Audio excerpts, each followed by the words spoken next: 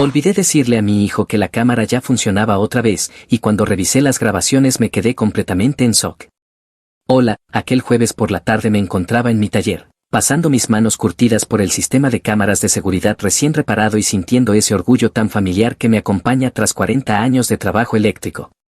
El frío de octubre se colaba por las ventanas, pero dentro de mi hogar, la casa que construí con mis propias manos en 1995, todo resultaba cálido y seguro.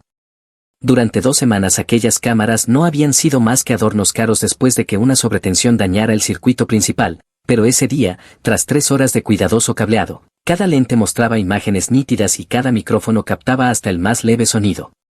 A mis 65 años necesito gafas para leer, aunque mis manos aún conocen los sistemas eléctricos mejor que muchos hombres de la mitad de mi edad. Esta casa representaba todo por lo que había trabajado, cada cable tendido por las paredes, cada enchufe instalado, todo me pertenecía desde que Margaret murió hace 8 años. Llegué a pensar en venderla, pero el lugar guardaba demasiados recuerdos. Además, Ryan necesitaba un sitio donde refugiarse cuando su vida se derrumbó, y qué clase de padre sería yo si no apoyara a mi único hijo. El golpe de una puerta de coche me sacó de mis pensamientos. Eran las 5:30 en punto. Ryan y Jessica habían llegado puntuales a nuestra cena semanal. Me limpié las manos y me dirigí a la puerta principal, escuchando la risa de Jessica desde la entrada. Esa risa me había encantado cuando Ryan me la presentó 3 años atrás, aunque últimamente tenía un matiz calculado. Papá, dijo Ryan con un tono de alegría forzada que ya había notado en otras ocasiones, ¿cómo está la vieja casa? Lo abracé y sentí lo delgado que estaba. No me quejo, me he mantenido ocupado con algunos trabajos eléctricos en la casa, ya sabes que odio dejar que las cosas se acumulen. Jessica avanzó con esa sonrisa perfecta que nunca llegaba a sus ojos. Steven, trabajas demasiado, un hombre de tu edad no debería andar arreglando cosas, para eso están los profesionales. Los profesionales cobran en una semana lo que yo gano en una tarde haciendo el trabajo yo mismo, respondí mientras los hacía pasar. Además, esto mantiene ocupadas a estas viejas manos. Durante la cena los observé más atentamente de lo habitual. Quizá era mi instinto de electricista, entrenado para detectar cuando un circuito no funcionaba bien.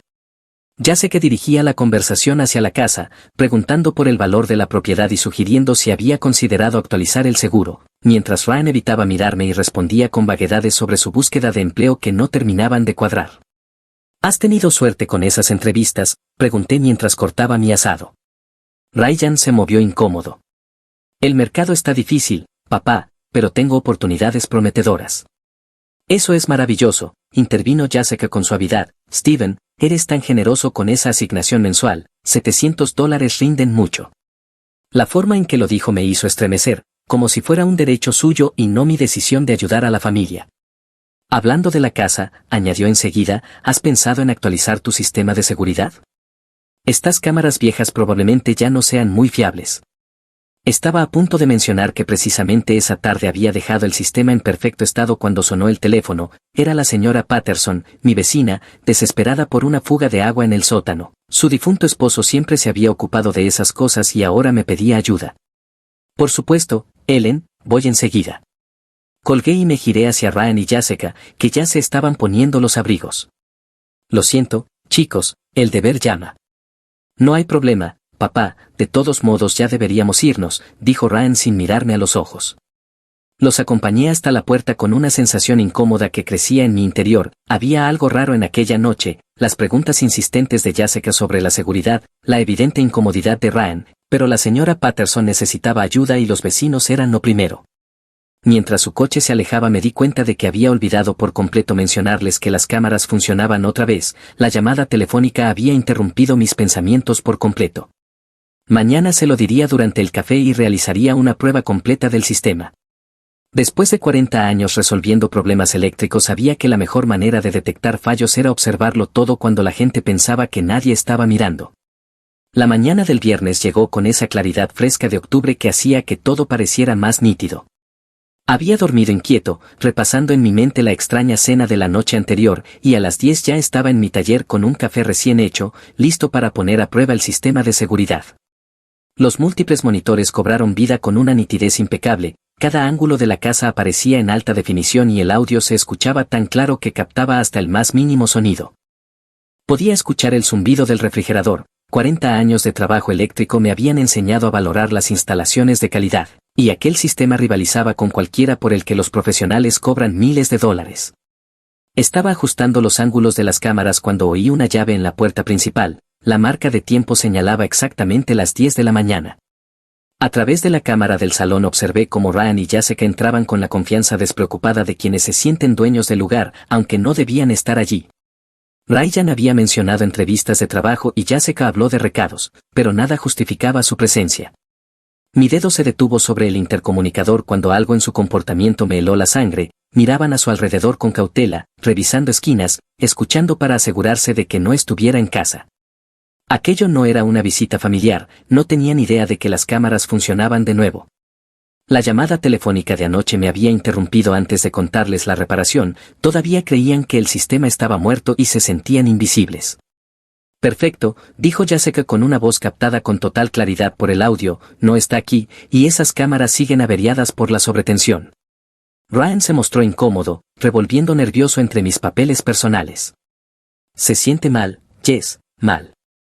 La risa de Jessica no tenía nada del encanto que recordaba, ahora era fría y calculadora. Ryan, ya lo discutimos, el domingo por la mañana lo haremos parecer un accidente eléctrico en el sótano, tu padre siempre está trasteando allí, será completamente creíble. Sentí que la sangre se me helaba, accidente eléctrico el domingo por la mañana. No planeaban robarme, planeaban matarme. Solo el seguro de vida suma 200,000, continuó Jessica sacando carpetas de mi escritorio del dormitorio, más el valor de la casa, más de 600,000 en total, suficiente para pagar tus deudas de juego y empezar de nuevo. El rostro de Ryan palideció. Sé que el dinero lo solucionaría todo, pero es mi padre.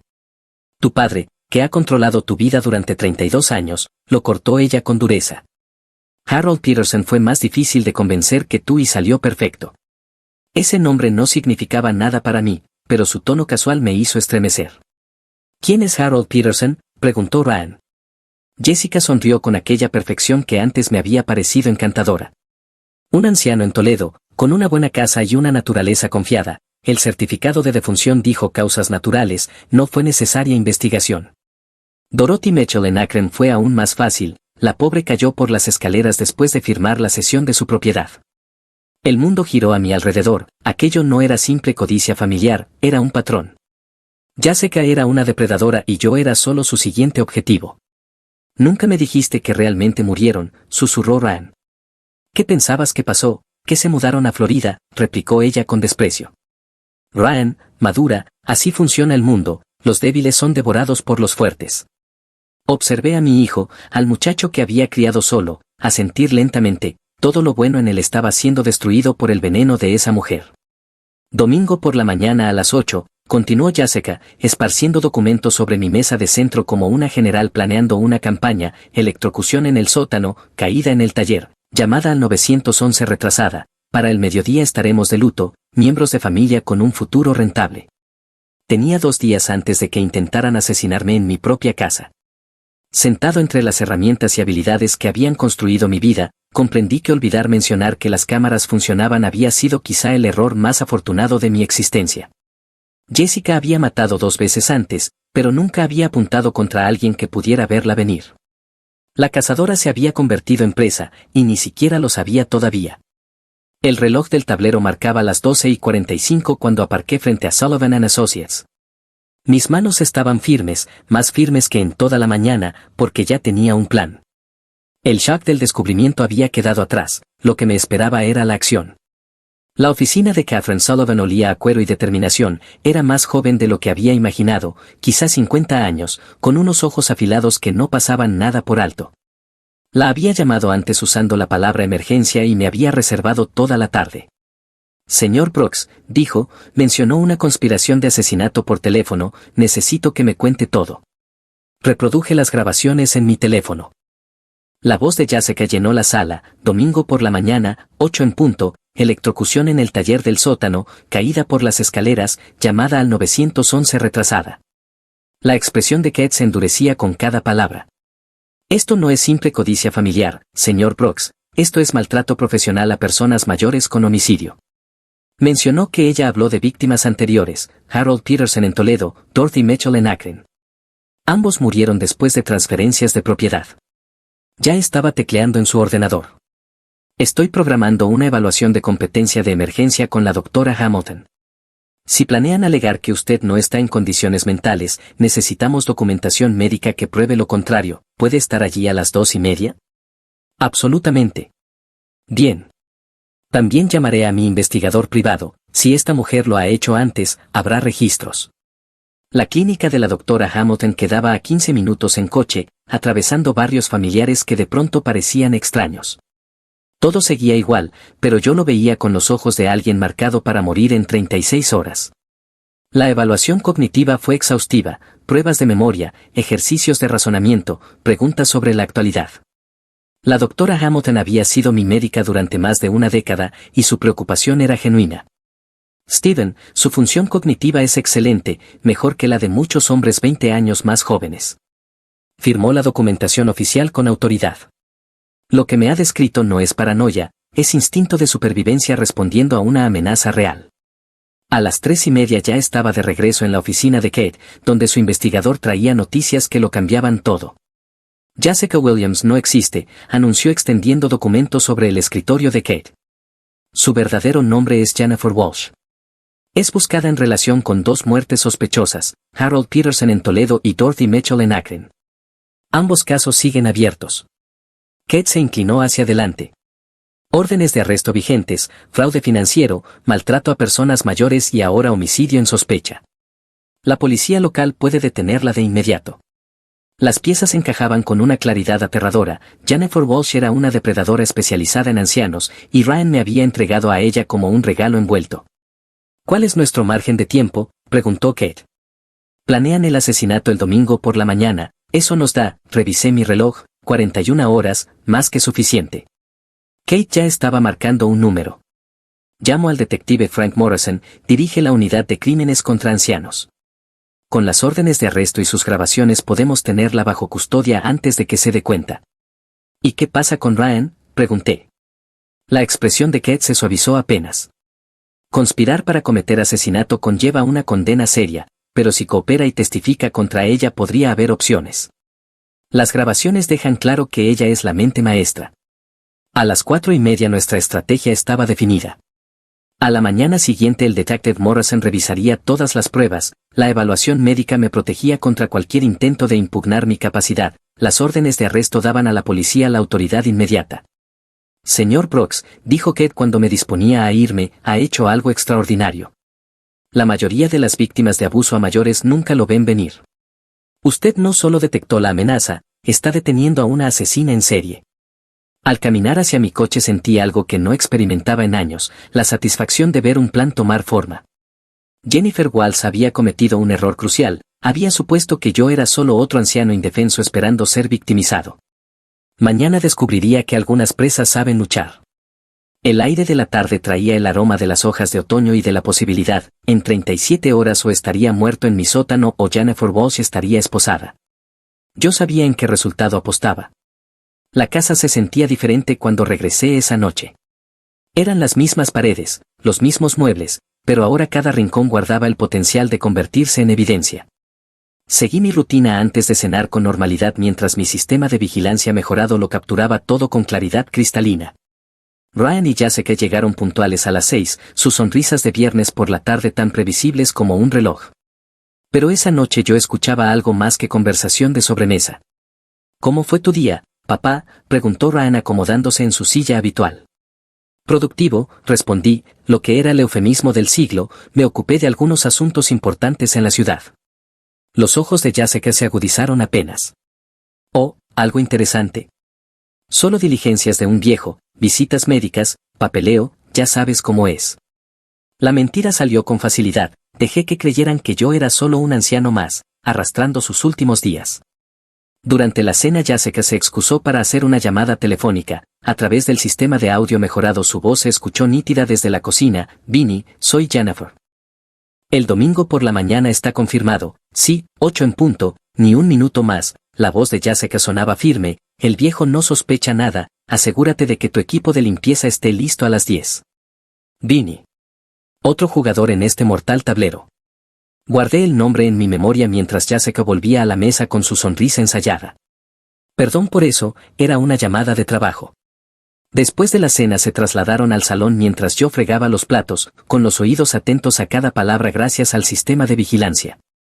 No puedo seguir con esto, la voz de Ryan apenas era un susurro, mirarlo a los ojos sabiendo lo que estamos planeando. Ryan, ya hemos hablado de esto, la paciencia de Jessica se agotaba, debes $50,000 a gente que rompe piernas por los retrasos en los pagos, tu plazo vence el lunes por la mañana. ¿Qué crees que ocurrirá si no cumplimos? De pronto todo encajó, 50,000 en deudas de juego explicaban su desesperación. Tiene que haber otra salida, imploró. No la hay, replicó Jessica, cortante. ¿Crees que disfruto con esto? ¿Qué quise convertirme en lo que soy? Esto es supervivencia, Ryan. O muere tu padre, o mueres tú. Elige. La brutalidad casual de sus palabras me estremeció. Mi propio hijo reducido a una ecuación imposible. Háblame de Vinny, pidió Ryan tras un silencio. Vincent Castellano, respondió ella. Se encarga de la parte técnica, falsificar documentos, operaciones de limpieza, gestión de testigos. Lleva 20 años haciéndolo en 6 estados y jamás lo han atrapado. ¿Gestión de testigos? Preguntó Ryan con la voz temblorosa. A veces los vecinos se ponen curiosos, a veces viejos amigos hacen demasiadas preguntas. Vinny se ocupa de esas situaciones. El alcance de la operación se revelaba con crudeza, aquello no era un simple asesinato, era crimen organizado con un rastro de cadáveres a lo largo de varios estados. Domingo por la mañana, 8 en punto, continuó Jessica, ahora con tono de ejecutiva, tú estarás aquí temprano, supuestamente para visitar a tu padre. Yo estaré en la cocina preparando café. Él bajará al taller del sótano, como siempre, y entonces, accidente eléctrico. El lugar tiene cableado expuesto, equipo viejo, totalmente creíble para un hombre de su edad que insiste en hacer sus propias reparaciones. Lo encontrarán al pie de las escaleras. ¿Y si alguien investiga? No lo harán. Vinny estará aquí a las 10 para asegurarse de que la escena parezca perfecta. Al mediodía seremos familiares de luto planeando un funeral. Yo seguía en el fregadero, lavando una y otra vez el mismo plato de manera mecánica, mientras ellos organizaban mi muerte con la eficacia de una reunión de negocios. El dinero del seguro se libera en 30 días, añadió Jessica, la venta de la casa puede cerrarse en 60. Estaremos en otro estado con nuevas identidades antes de que alguien empiece a hacer preguntas. Nuevas identidades, por supuesto. Jennifer Walls era seguramente solo uno de muchos nombres que había usado. A las 9 en punto se marcharon, dejándome solo con el peso de lo que acababa de descubrir.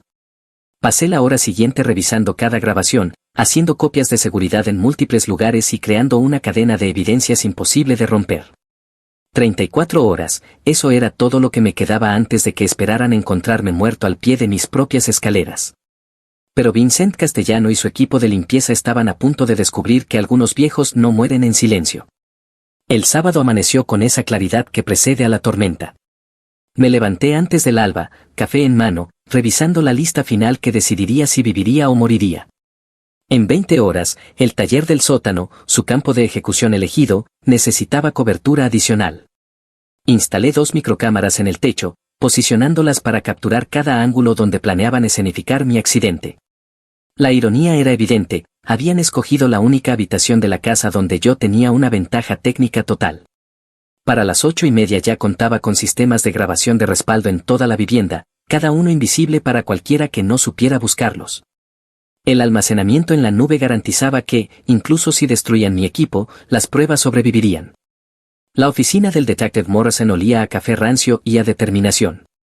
Era exactamente lo que había esperado, un profesional curtido que había visto suficientes casos de abuso a ancianos como para reconocer el verdadero peligro cuando se le presentaba.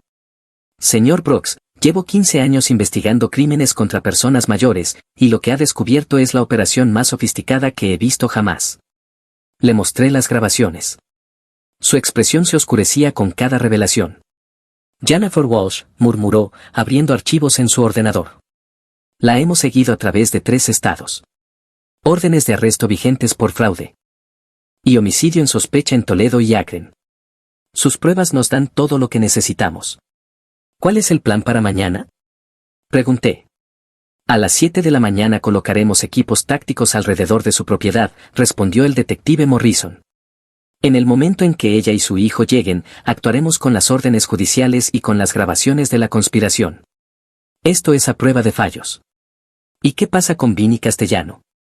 Morrison sonrió con gravedad. Vincent Castellano ha estado en nuestro radar durante 2 décadas. Si aparece para hacer el trabajo de limpieza, lo estaremos esperando. Esto podría desmantelar toda una red criminal. La protección legal tomó otra hora. Kerr había preparado documentos que blindaban cada aspecto de mi vida financiera, cuentas congeladas contra accesos no autorizados, transferencias de propiedad bloqueadas, directrices médicas intocables. Ahora no pueden tocar nada, me aseguró, incluso si algo sale mal mañana, sus bienes estarán completamente protegidos. ¿Y las grabaciones? Fueron obtenidas legalmente en su propia propiedad con una sospecha razonable de actividad criminal. Son admisibles y demoledoras. Cualquier fiscal decente consideraría este caso un regalo. Al mediodía regresé a casa, rodeado por el murmullo constante de las cámaras ocultas y los sistemas de respaldo. Todo estaba listo, fuerzas del orden profesionales, protección legal, documentación médica y pruebas suficientes para encerrar a Jennifer Walsh de por vida. Caminé por mi casa y la observé de verdad por primera vez en días. Cada habitación contenía recuerdos de la vida que había construido allí, del hijo que había criado, del futuro que había planeado.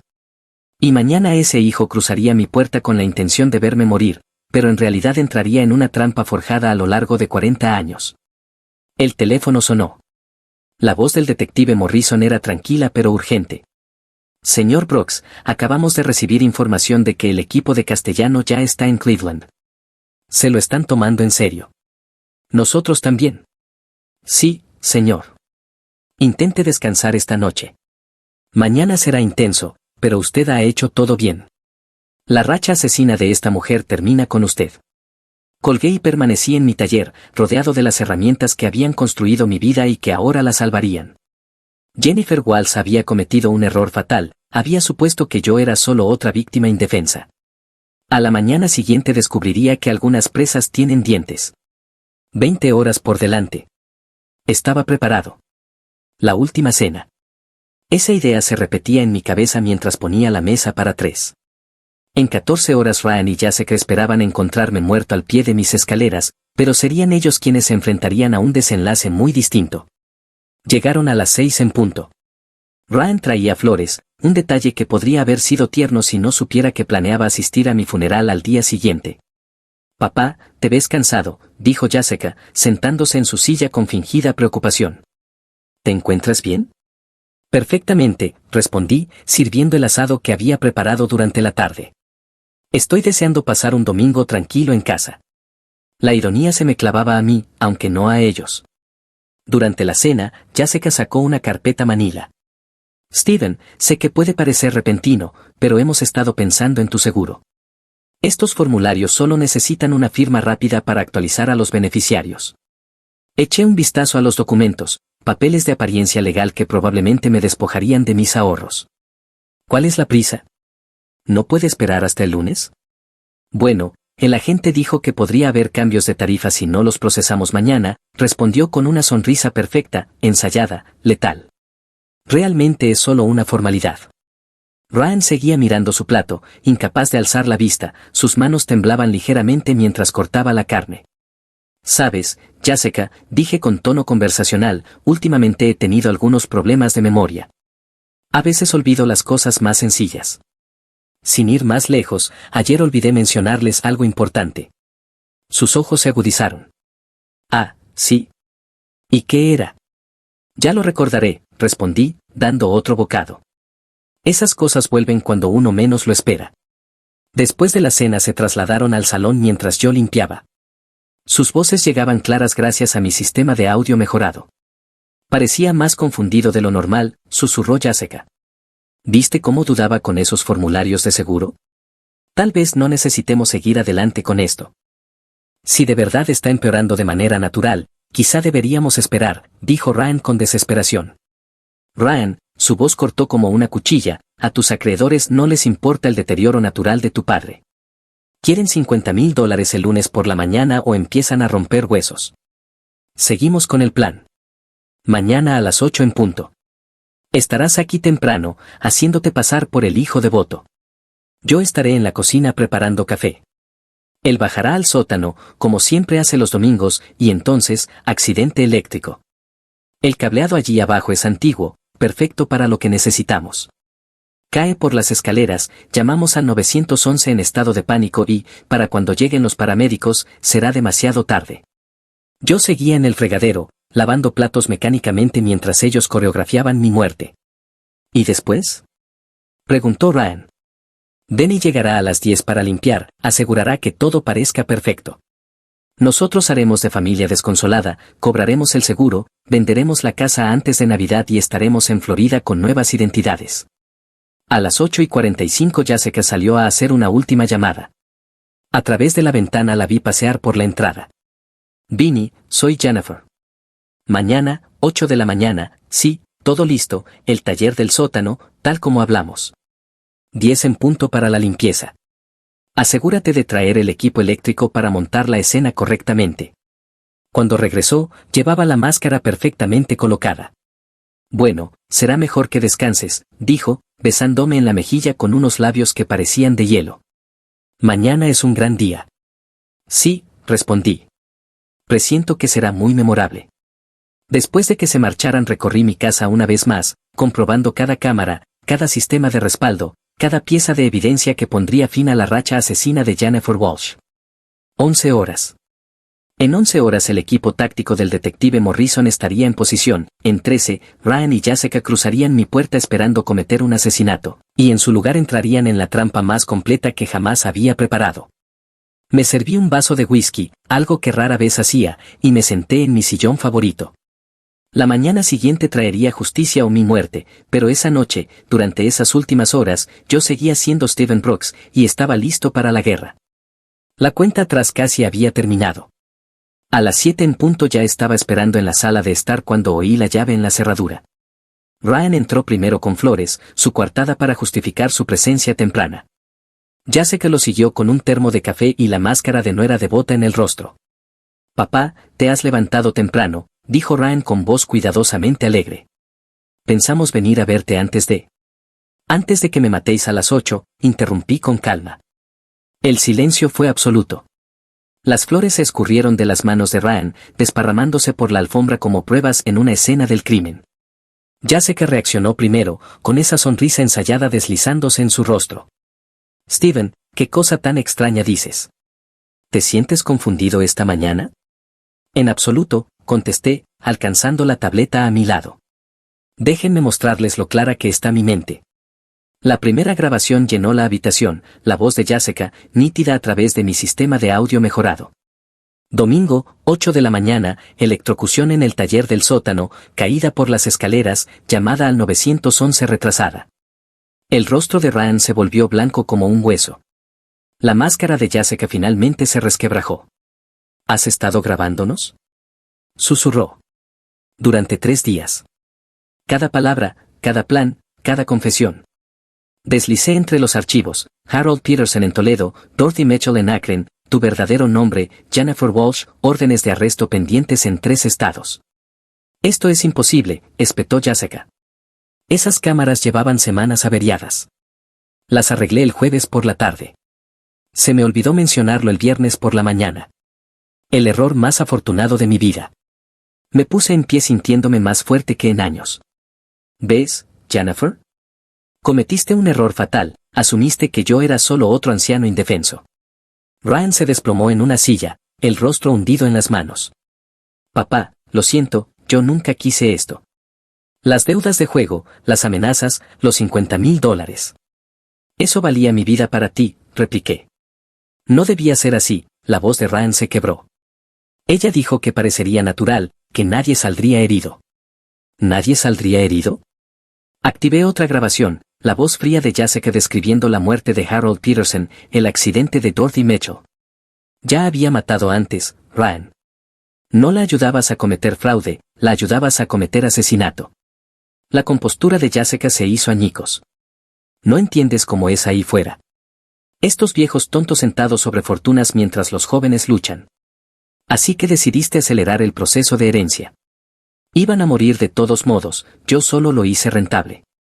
La confesión era perfecta, capturada en alta definición por cámaras cuya existencia nunca sospechó. Pero aún no había terminado. Háblame de Vincent Castellano, dije. ¿Quién? Pero sus ojos la delataron. Vinny, tu especialista en limpieza, el hombre al que llamaste anoche para coordinar la eliminación de pruebas después de mi asesinato. Ryan levantó la cabeza bruscamente.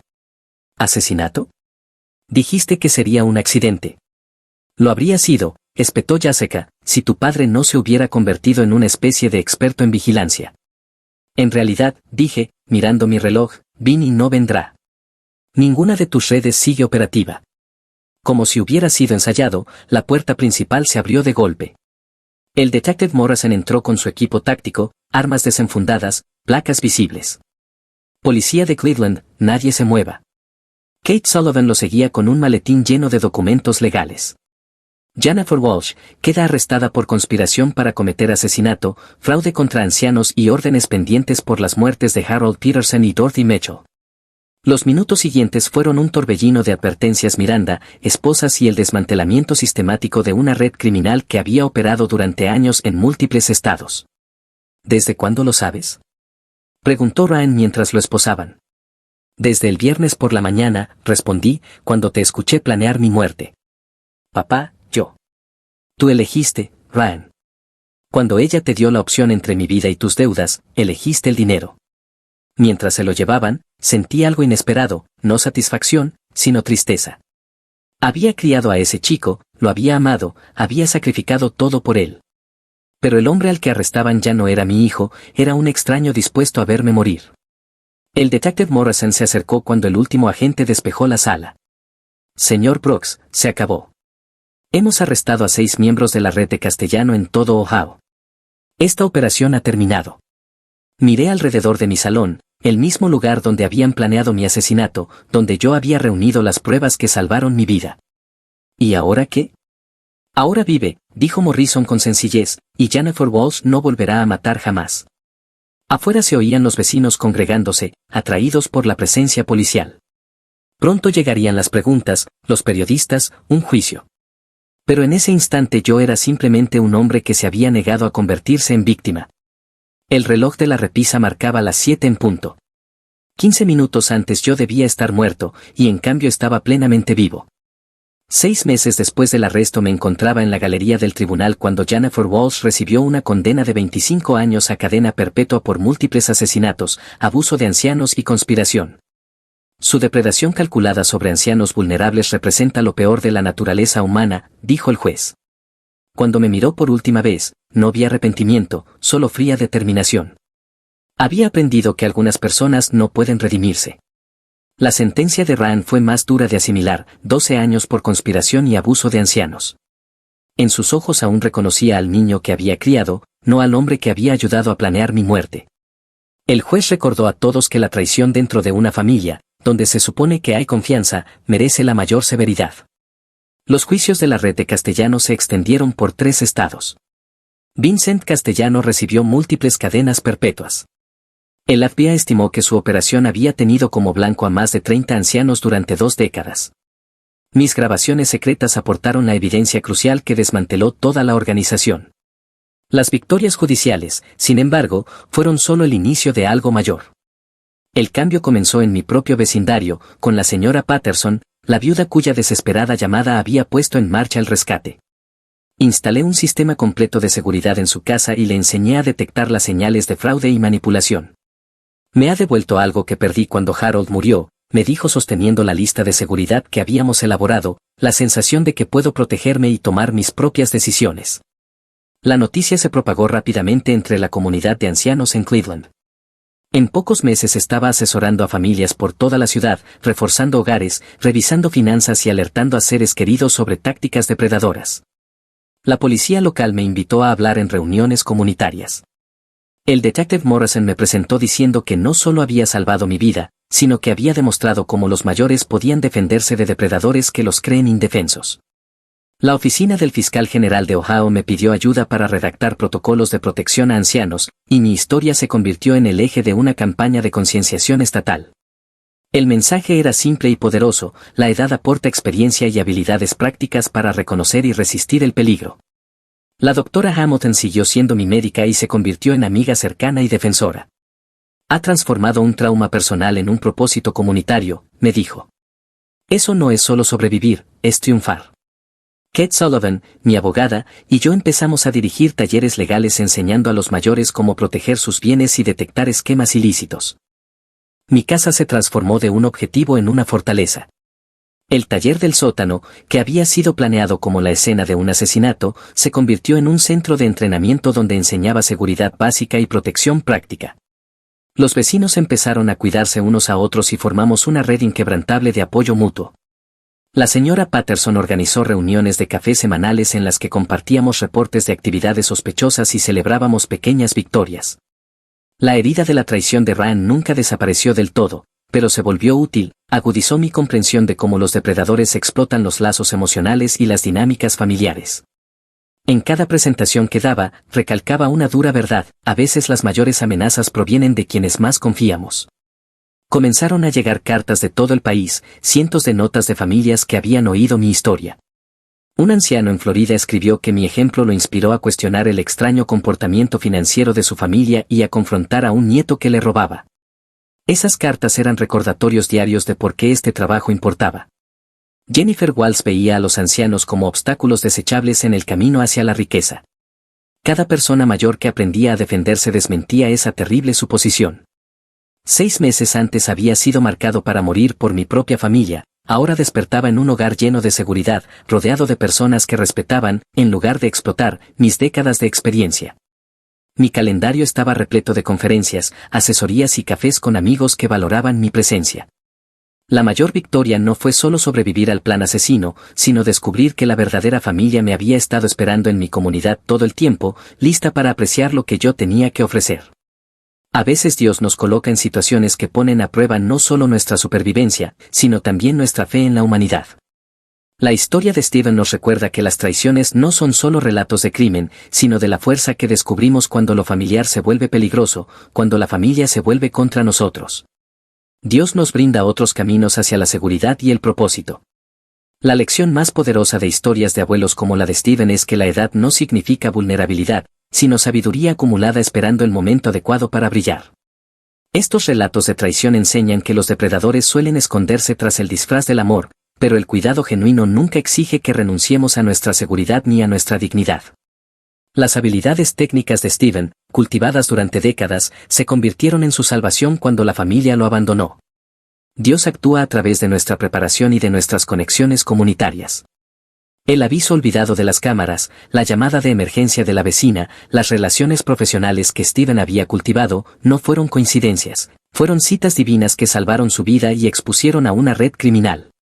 El abuso a los mayores sucede porque suponemos que la edad equivale a indefensión, pero las historias de abuelos prueban que la experiencia, la preparación y la fe son una combinación imbatible.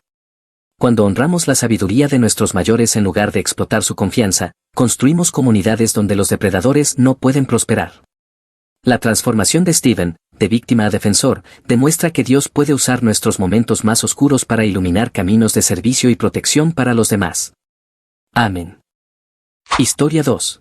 Ella esbozó una sonrisa altiva y dijo: es un milagro que todavía no te haya dejado, otros hombres darían lo que fuera por una oportunidad conmigo. Hola a todos, soy Cameron, tengo 27 años, y durante 3 años mantuve una relación con Phoebe, que tiene 24. Al principio, ella era esa mujer que llamaba la atención apenas entraba en una sala, divertida, ingeniosa, rápida con las réplicas, el tipo de persona que hacía que mis amigos comentaran: amigo, has triunfado. Y yo también lo creí durante un tiempo.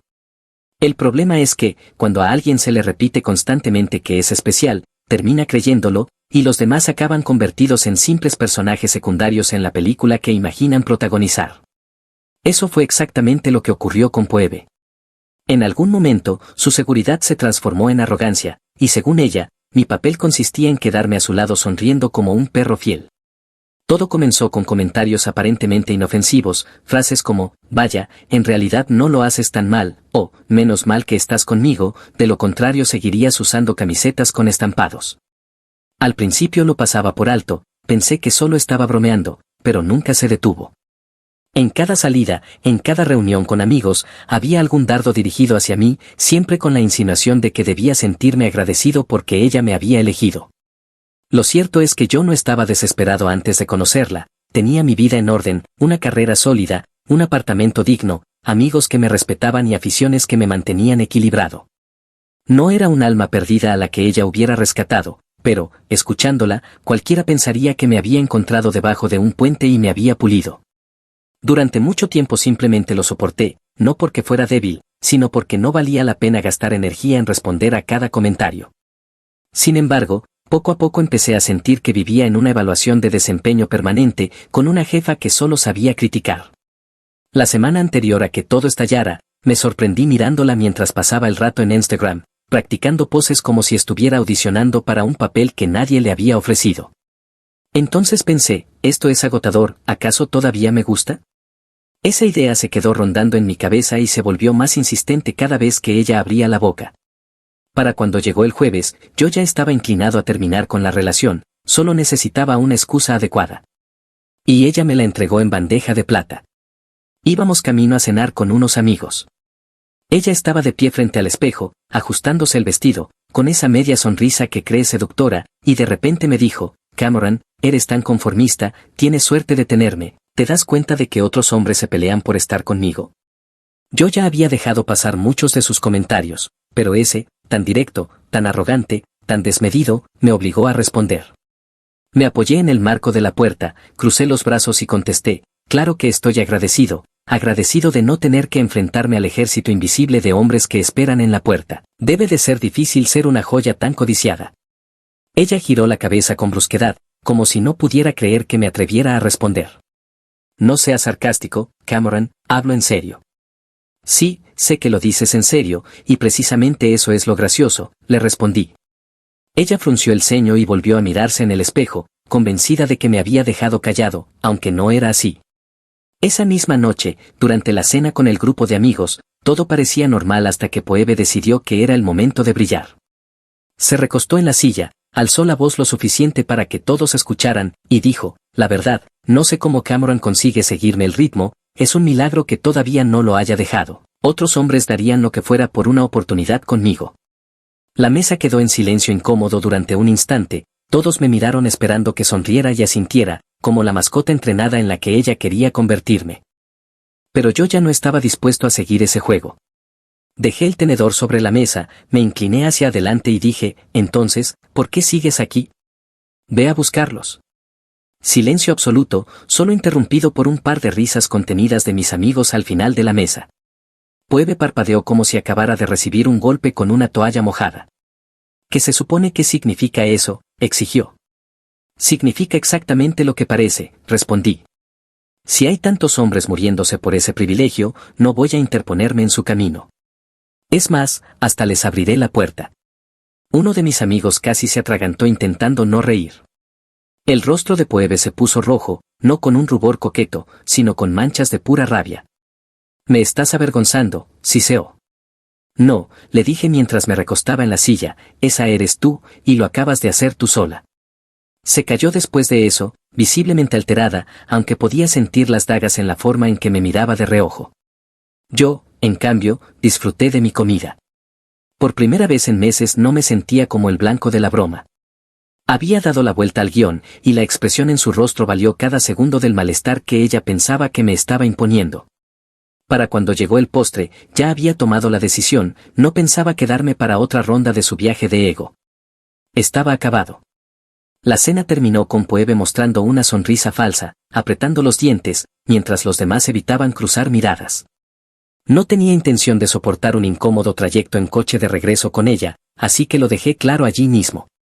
Puse algo de dinero en la mesa, le dije al grupo que los vería después y me marché sin esperar a que ella reaccionara. Cuando llegué a mi coche, mi teléfono ya estaba iluminándose con mensajes, ¿dónde estás? No puedes irte así, estás actuando de manera insegura. Ignoré cada uno, conduje directamente hasta el apartamento y subí. 15 minutos después, el timbre sonó. Por supuesto, era ella. Había tomado un Uber, todavía en pleno modo de crisis. En cuanto abrí la puerta, irrumpió como si fuera dueña del lugar, paseándose por la sala como una abogada preparando su alegato final. ¿De verdad piensas que estarás mejor sin mí, Cameron? Despierta, volverás arrastrándote, soy lo mejor que te ha pasado. Yo dejé las llaves sobre la encimera, caminé directo al armario y saqué una bolsa de viaje. Su mandíbula literalmente cayó cuando me vio comenzar a meter ropa. ¿Qué estás haciendo? Me voy, respondí sin entonación. El contrato del piso está a mi nombre, puedes empezar a hacer tus maletas. No voy a perder ni un segundo más en este circo. Ella tartamudeó, como un motor sin combustible, no puedes simplemente decidir eso. Cerré la cremallera de la bolsa. Me parece que ya lo he hecho. Por primera vez, no tuvo respuesta. Se quedó allí, de pie, con los ojos abiertos y los puños cerrados, como si no pudiera creer que realmente había llamado a su farol. Salí con la bolsa al hombro, mientras su voz chillaba a mis espaldas que era patético, que me arrepentiría, que todos verían la verdad. Esa noche me registré en un hotel y dormí como no lo hacía desde hacía meses, sin suspiros pasivo-agresivos, sin insultos disfrazados de bromas, sin tensión constante. Solo silencio. Silencio pacífico, glorioso. A la mañana siguiente hice 2 llamadas. La primera fue al casero. Como el contrato estaba a mi nombre, le expliqué que Phoebe se mudaría y que cambiaría las cerraduras. No le importó mientras el alquiler siguiera pagándose, así que me dio su aprobación. Incluso me permitió coordinar un plazo para que recogiera sus cosas, y si se demoraba, ya estaba dispuesto a solicitar la intervención de la policía. Nada de drama, solo procedimiento.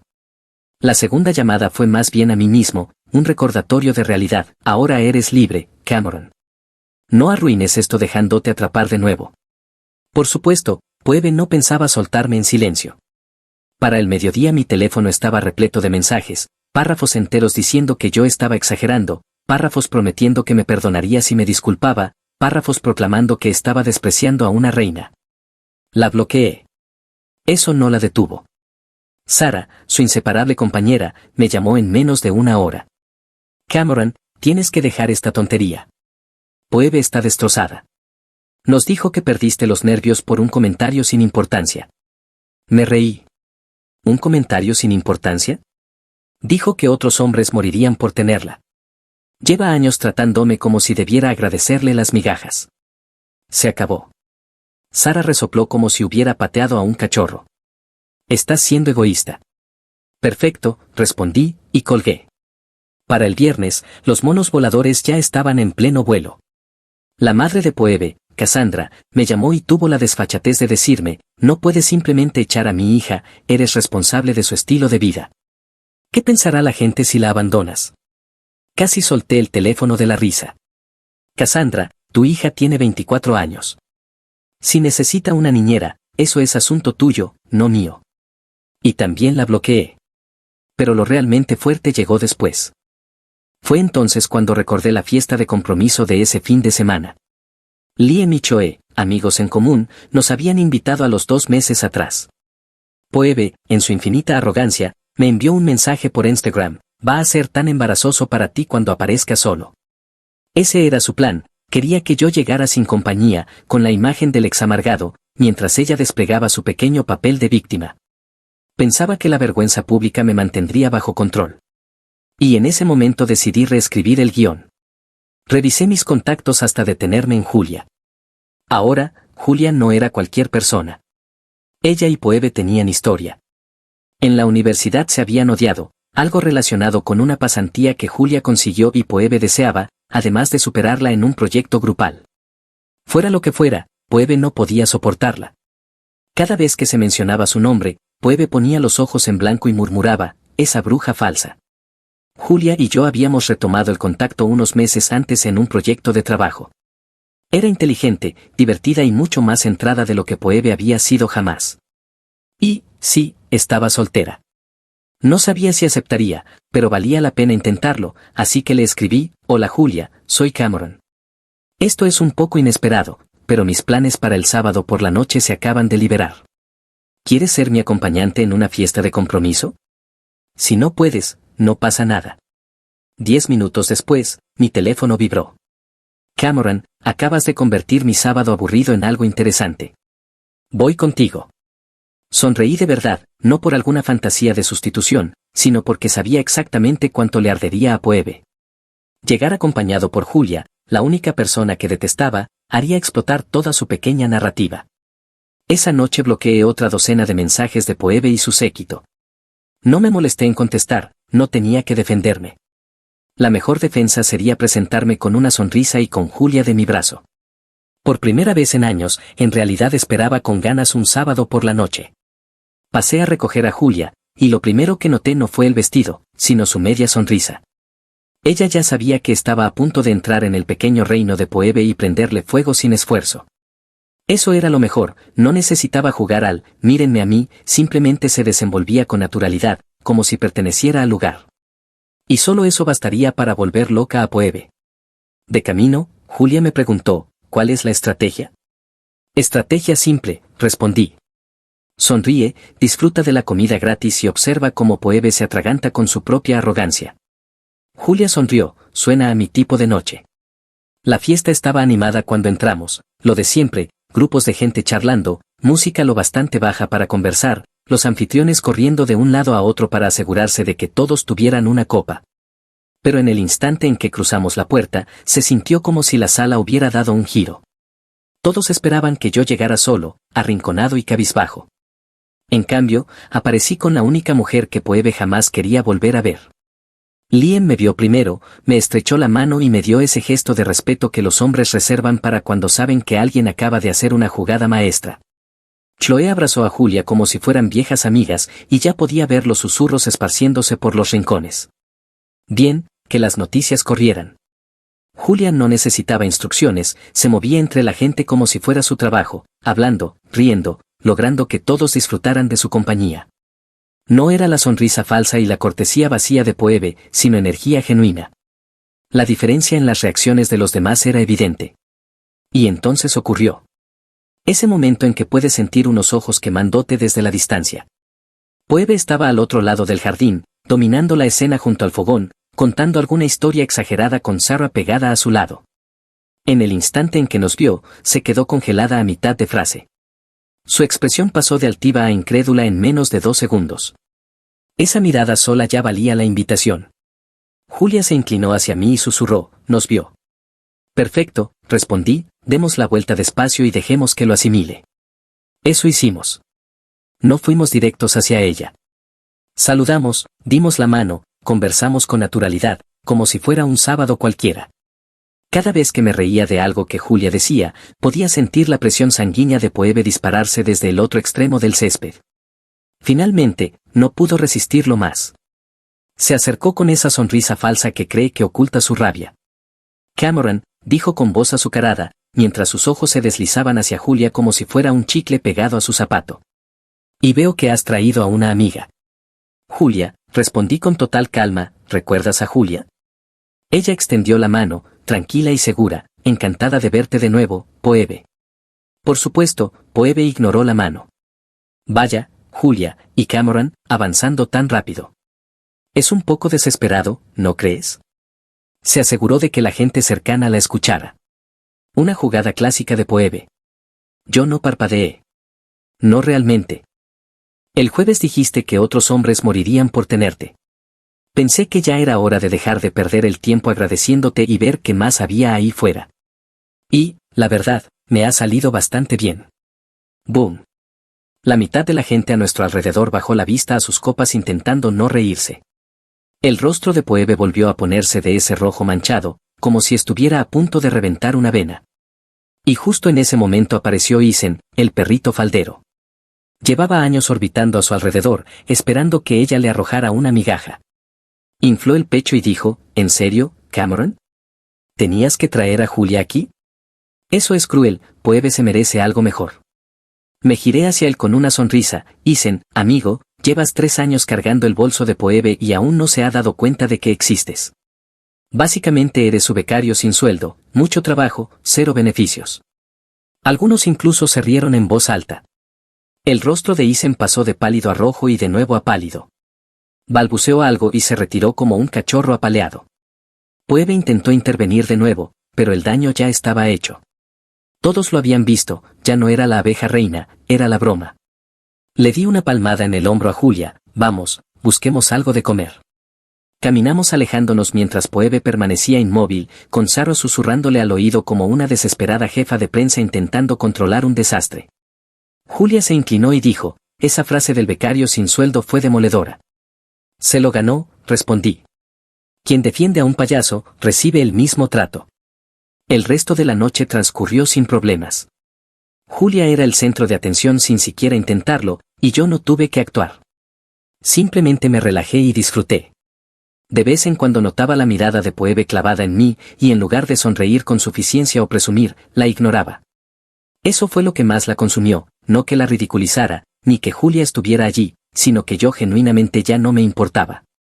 Cuando Liam levantó su copa para el brindis, Phoebe había pasado de ser el alma de la fiesta a quedar en un pequeño círculo menguante de incondicionales, con la expresión de alguien a quien le han robado el guión. Y yo, por fin, estaba libre. Ya no tenía poder sobre mí. Al menos eso creía. Resulta que cuando alguien como Phoebe pierde el control, no lo acepta. Busca nuevas maneras de recuperarlo. Y cuando las garras no funcionan, empieza a lanzar granadas. La mañana después de la fiesta, desperté con un número desconocido iluminando mi teléfono. Normalmente no contesto llamadas de desconocidos, pero algo me dijo que esa sería entretenida. Deslicé el dedo y escuché, ¿cómo pudiste? Sí, era Phoebe. Alejé un poco el teléfono, prácticamente estaba haciendo explotar el altavoz. Buenos días para ti también, respondí con voz plana. ¿Llevaste a Julia a la fiesta? ¿Sabes lo humillante que fue para mí? Sí, dije, ese era un poco el objetivo. Silencio absoluto. No esperaba que lo dijera en voz alta. Luego llegó el chillido, eres repugnante, eres mezquino, hiciste esto solo para herirme. Corrección, respondí, lo hice para disfrutar. Fuiste tú quien se desplomó por sí sola. No me culpes a mí. En apenas 30 segundos intentó de todo, llorar, gritar, decir que aún me amaba, para después volver a, ¿te arrepentirás? Todos piensan que eres patético. Curioso, contesté, bastante seguro de que el único patético fue el tipo al que ridiculicé delante de medio grupo de invitados. ¿Cómo está Isen, por cierto? ¿Todavía secándote los pies con su sudadera? Eso me valió otra ronda de gritos. Colgué a mitad de su arenga y bloqueé el número. Pero claro, Phoebe nunca viajaba sola, tenía a su pequeño ejército. Para la hora del almuerzo, Sarah ya me estaba mandando párrafos enteros. Phoebe está destrozada, ¿cómo pudiste restregarle a Julia así? Ha sido cruel, le debes una disculpa. Le respondí con una sola frase, le debo exactamente lo mismo que ella me debía de alquiler, nada. Luego bloqueé a Sarah también. El siguiente, por supuesto, fue Isen. Me escribió, ¿crees que eres ingenioso? Todos vieron lo desesperado que estabas arrastrando a Julia allí. Phoebe se merece algo mejor que tú. Contesté, felicidades por ser el eterno suplente de una mujer que piensa que los filtros de Instagram cuentan como carrera. Disfruta de la zona de amigos, campeón. Y también lo bloqueé. Al final del día ya tenía 3 números bloqueados y un montón de patéticos intentos de manipulación emocional. Era como espantar mosquitos, molestos, pero no peligrosos. O eso pensé. El miércoles por la tarde recibí un correo de recursos humanos con el asunto, queja formal. Por un momento se me encogió el estómago, pero al abrirlo supe de inmediato que olía a Phoebe. La queja afirmaba que yo estaba usando recursos de la empresa para actividades inapropiadas, que estaba acosando a mujeres en la oficina y que mi comportamiento inestable y agresivo estaba creando un ambiente hostil. Todo vago, todo nuclear. Típico de Phoebe, si no podía dañarme socialmente, intentaría arruinar mi carrera. No entré en pánico. Fui directamente a la oficina de mi jefe, Richard, con el correo abierto en la pantalla. «Vas a querer ver esto», le dije. «Richard, léelo». Él frunció el ceño y llamó a Linda, de Recursos Humanos. Expliqué la situación, acabo de romper con Phoebe, no lo tomó bien, esta denuncia es su represalia. Y tengo pruebas. Jugué mi carta maestra, una nota que había escrito meses atrás, después de una pelea en la que ella literalmente me amenazó con llamar a mi jefe y decirle que yo era inestable si alguna vez la dejaba. Estaba fechada, con marca de tiempo, guardada en mi aplicación de notas. Linda la leyó con las cejas arqueándose cada vez más. ¿De verdad dijo esto, palabra por palabra? Exactamente, respondí, lleva meses esperando disparar esta bala, sabía que lo haría tarde o temprano. Rachel se recostó en su silla, frotándose la sien. Investigaremos, pero honestamente esto ya parece malicioso. Mantén la calma mientras revisamos los registros. Ningún problema, contesté, no tengo nada que ocultar. Y era cierto, mi trabajo estaba impecable, jamás utilicé recursos de la empresa para asuntos personales, ni siquiera tuve un gesto indebido con una compañera. Si acaso, mi mayor crimen había sido terminar proyectos antes de tiempo. Durante los 2 días siguientes, Linda revisó los registros del sistema, correos y trazas de proyectos. Cada acusación se derrumbó en menos de 5 minutos de análisis, ningún negocio paralelo, ningún acoso, ninguna inestabilidad, solo yo cumpliendo con mi trabajo. Mientras tanto, Phoebe seguía intentando contactarme desde números desconocidos. Un buzón de voz llegó antes de que bloqueara la llamada. Disfruta tus jueguitos, Cameron. Recursos humanos no te salvará, acabarás arrastrándote de vuelta a mí. Guardé ese mensaje, por si acaso. El viernes por la mañana me volvieron a llamar de recursos humanos. Linda sostenía una carpeta y una expresión que claramente no era contra mí. No encontramos nada, dijo. La denuncia es infundada. Dado el contexto que nos diste, la vamos a clasificar como acoso malicioso. No afectará tu historial, de hecho, quedará registrado que fuiste el objetivo.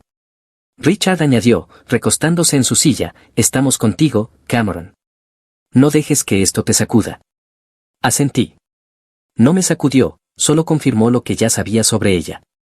Pero en mi mente ya había tomado la siguiente decisión, Phoebe había intentado ir a por la yugular. Eso no era un simple arrebato, era una escalada. Y significaba que había llegado el momento de dejar de ser amable. La diferencia entre nosotros era sencilla, ella creía que la venganza consistía en gritar, difamar y lanzar rabietas. Yo prefería una venganza que dejara huella. Y apenas estaba empezando. El viernes por la tarde recibí un mensaje de otro número desconocido. Obviamente era Phoebe. Esta vez no era súplica ni negociación, era una orden, voy el sábado al mediodía a recoger mis cosas. ¿Estarás allí?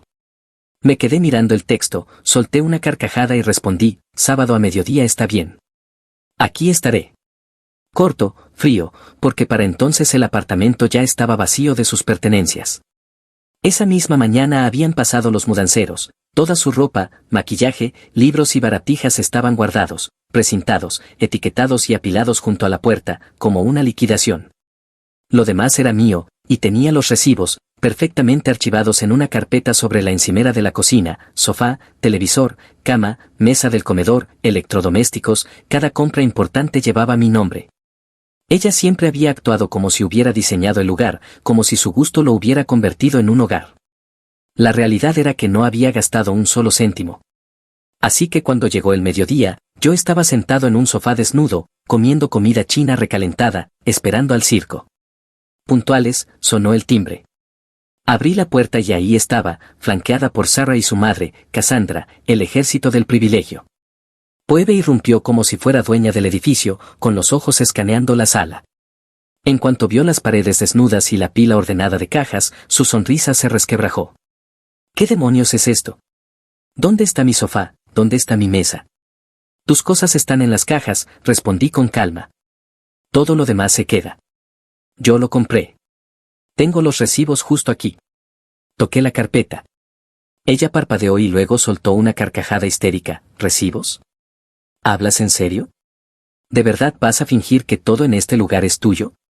No es fingir, contesté, es un hecho documentado. Puedes revisar la carpeta si quieres, solo no dobles las páginas. Su rostro se volvió carmesí. Se giró hacia su madre, señalando como una niña, mamá, dile que ese sofá es mío, que esa mesa es mía, que no puede quedarse con esto. Cassandra dio un paso al frente con la voz cortante, no puedes simplemente echarla y quedarte con todo, Cameron. Ella construyó este hogar contigo, la mitad le pertenece. Alcé una ceja, ¿construyó este hogar? Escogió el color de la pintura, nada más. Todo lo demás lo pagué yo, hasta la alfombra estúpida con la que tropezó el mes pasado. ¿Quieres discutirlo? Traigo mi portátil y enseño las confirmaciones de pedido. Sara intervino, cruzándose de brazos como si estuviera en un drama de juicios. Estás siendo cruel. Ella merece marcharse con dignidad, no así. Entonces quizá no debería estar montando rabietas en la casa de otra persona, repliqué. Ya está recibiendo más dignidad de la que me dio a mí en los últimos 3 años. Poebe avanzó hacia el sofá y plantó la mano sobre él. Esto es mío, lo elegí yo. Enhorabuena, respondí, señalaste una foto en un catálogo. Yo lo pagué, gran diferencia. Se giró hacia mí temblando, con la voz alcanzando ese tono agudo capaz de romper un cristal. No puedes hacer esto, no puedes borrarme como si nunca hubiera vivido aquí. Borrarte, sonreí con ironía. No eres una entrada de enciclopedia, eres solo una ex con mal gusto en muebles. Y sí, claro que puedo hacerlo, porque todo es mío. Fue entonces cuando perdió la compostura. Pateó una de las cajas apiladas, haciéndola rodar por el suelo, los libros se desparramaron por todas partes.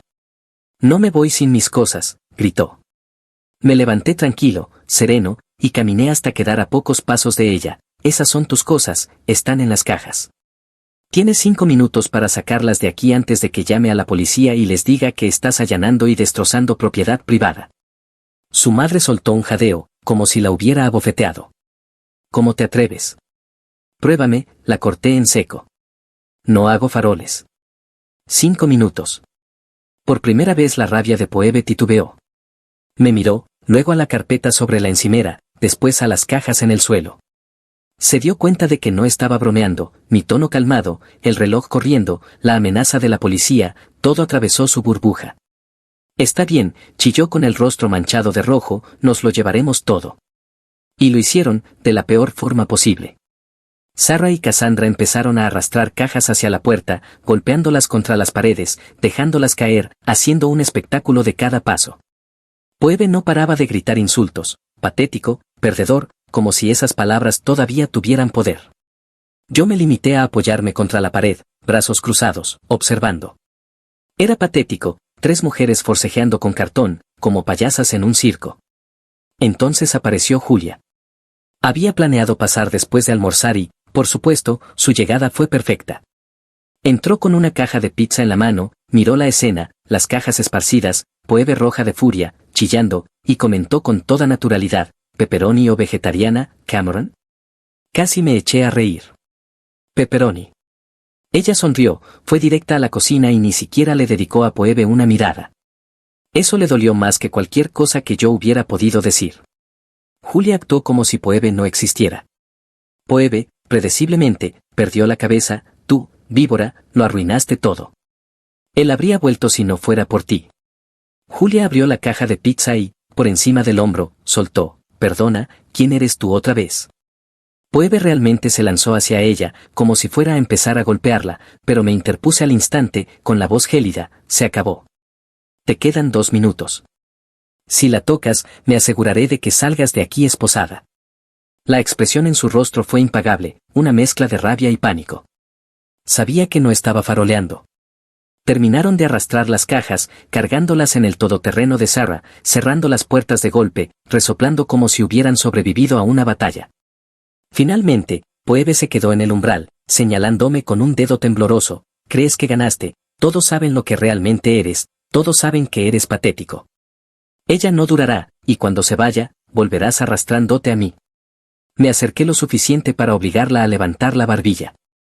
Mi voz fue plana, definitiva, no, Poebe. No lo haré.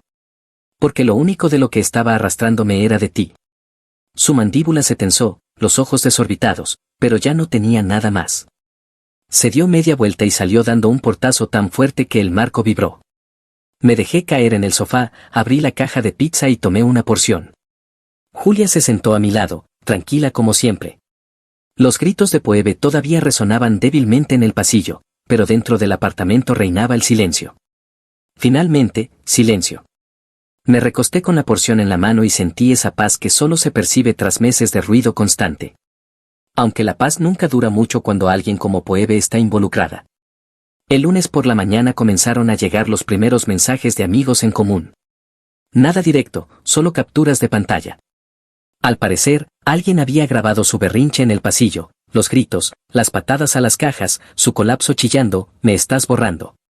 Todo estaba allí, 30 segundos de Poebe sin filtro en su peor versión. Al principio pensé que Sarah o Cassandra intentarían ocultarlo, pero no.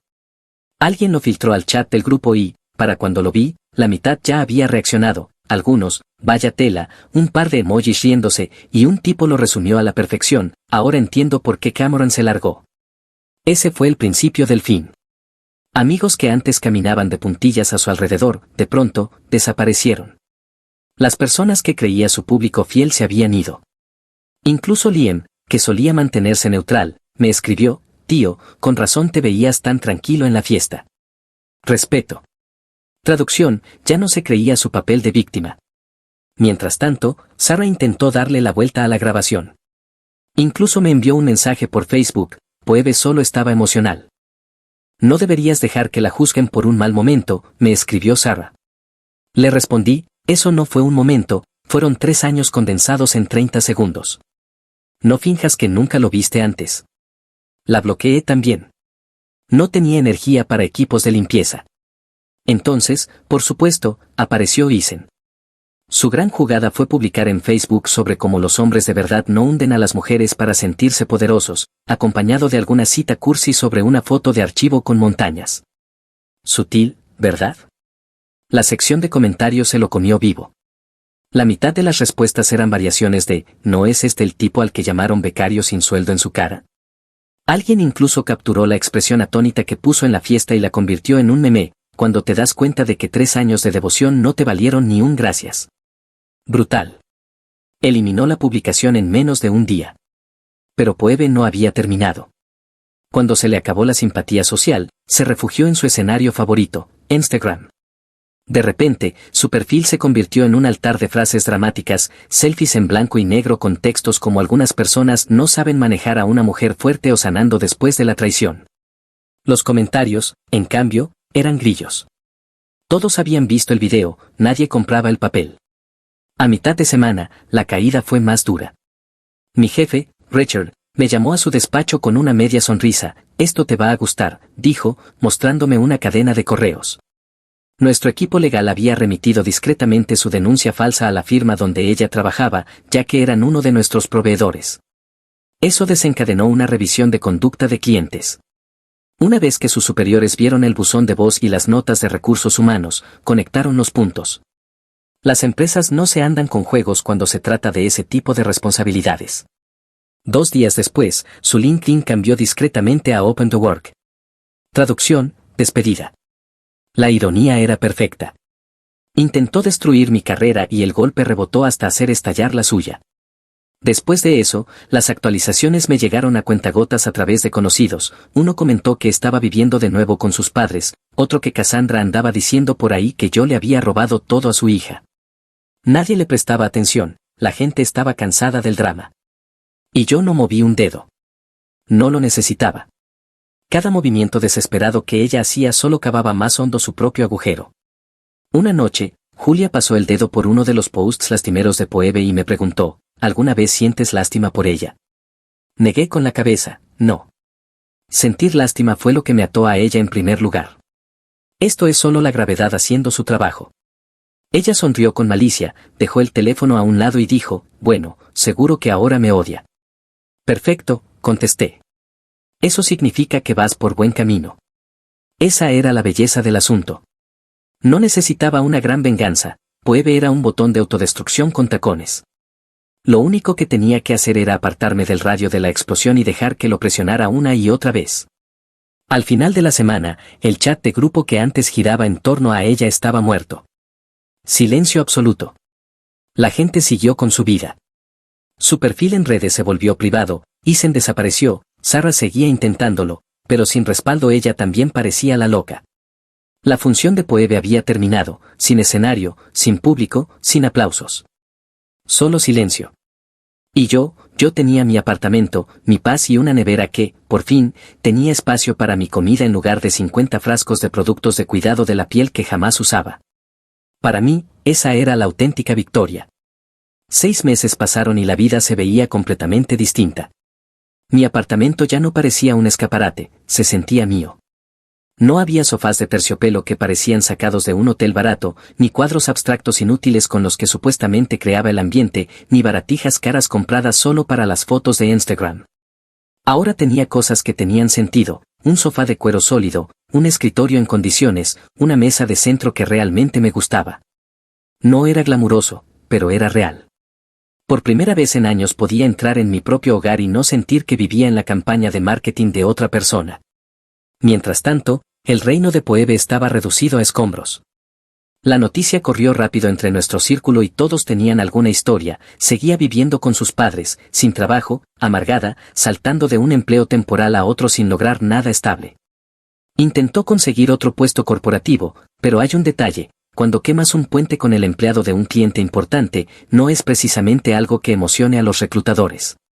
Mi jefe me dijo directamente que su nombre se había convertido en una carga en nuestra industria. Sara, su soldado más leal. Al final, Sara se rindió. Escuché por Liam que Ben le había dado un ultimátum: o dejaba de ser la encargada personal de control de daños de Poebe, o su matrimonio se terminaba. Sara cedió enseguida. No más llamadas, no más discursos de "Cameron es cruel". Desapareció de la vida de Poebe por completo. Isen, todavía mejor. Se esfumó después de que la frase de becario sin sueldo se hiciera viral en el grupo. Lo convirtieron en meme tan despiadadamente que prácticamente desapareció. Alguien comentó que se había mudado a otra ciudad, probablemente para evitar la humillación constante. El tipo que pasó años esperando a Poebe como un Golden Retriever, por fin entendió que nunca iba a recibir la golosina. Así que Poebe quedó sin aliados, sin empleo, sin apartamento y con una reputación tan tóxica que nadie quería estar a menos de 3 metros de ella. Fue entonces cuando ocurrió lo inevitable: intentó arrastrarse de vuelta. Llegó un martes por la noche cualquiera.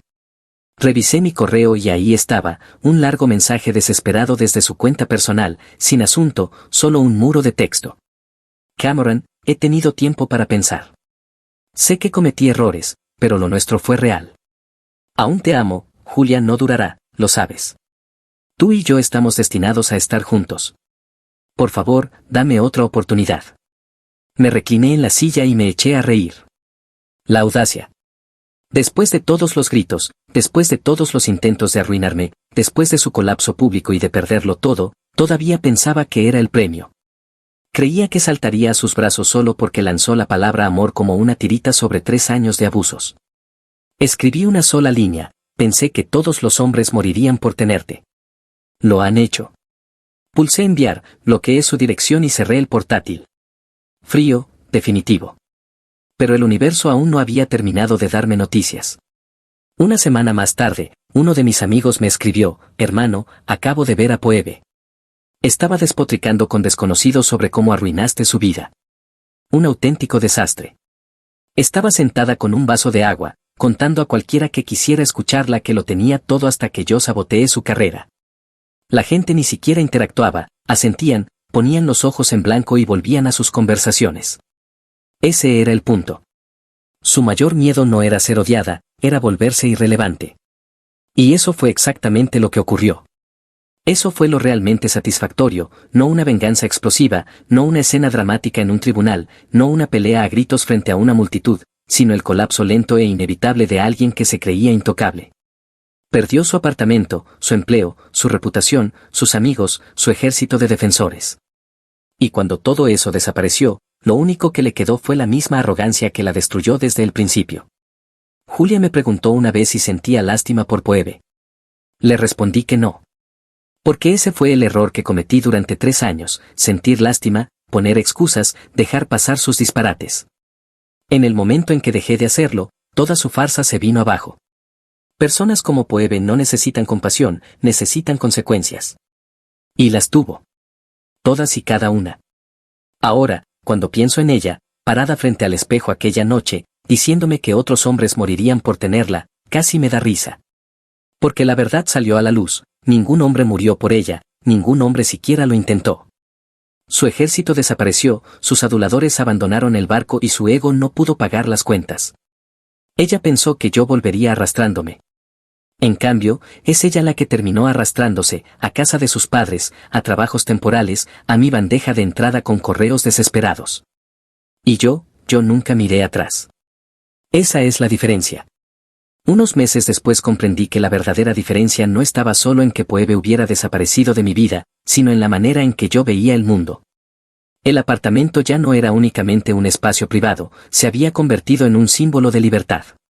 Cada rincón, cada objeto, Me recordaba que esa era la vida que yo había elegido, y no un papel secundario en la obra de alguien más. Julia seguía a mi lado. No como un reemplazo, sino como una auténtica compañera. Cocinábamos juntos, nos reíamos de las pequeñas cosas y ninguno necesitaba fingir para agradar al otro. Quizá, después de todo, eso era lo que siempre había buscado, una relación normal, verdadera, en la que ambos pudiéramos simplemente estar presentes. En cuanto a Phoebe, las noticias sobre ella se fueron apagando. Ya no había dramas, ni espectáculos, ni tormentas.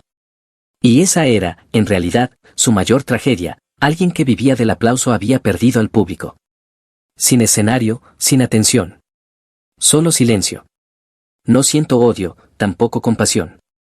Solo aprendí una lección: a veces, la mejor venganza no es derribar a alguien, sino marcharte, vivir bien y dejar que se derrumbe bajo el peso de su propio ego. Cuando miro atrás, ya no veo a una ex tóxica, sino un capítulo cerrado. Y el nuevo capítulo, hecho de paz, de libertad y de un poco de amor verdadero, apenas comenzaba. ¿Qué harías si fueras el autor? Gracias por unirte a Toe Hoy. Recuerda darle me gusta, suscribirte y activar la campana de notificaciones para no perderte nuestro próximo video.